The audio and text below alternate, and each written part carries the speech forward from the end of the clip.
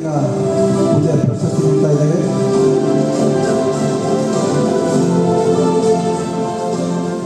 ಶ್ರೀ ವಿಜಯಲಕ್ಷ್ಮಿ ಅವರು ಸಮಾಜ ಸೇವಕರು, ಬಾಗಲಕೋಟೆ ನಿವಾಸಿಗಳಾದ ಶ್ರೀ ವಿಜಯಲಕ್ಷ್ಮಿ ಅವರು ದಯಮಾಡಿ ಆಗಮಿಸಬೇಕು.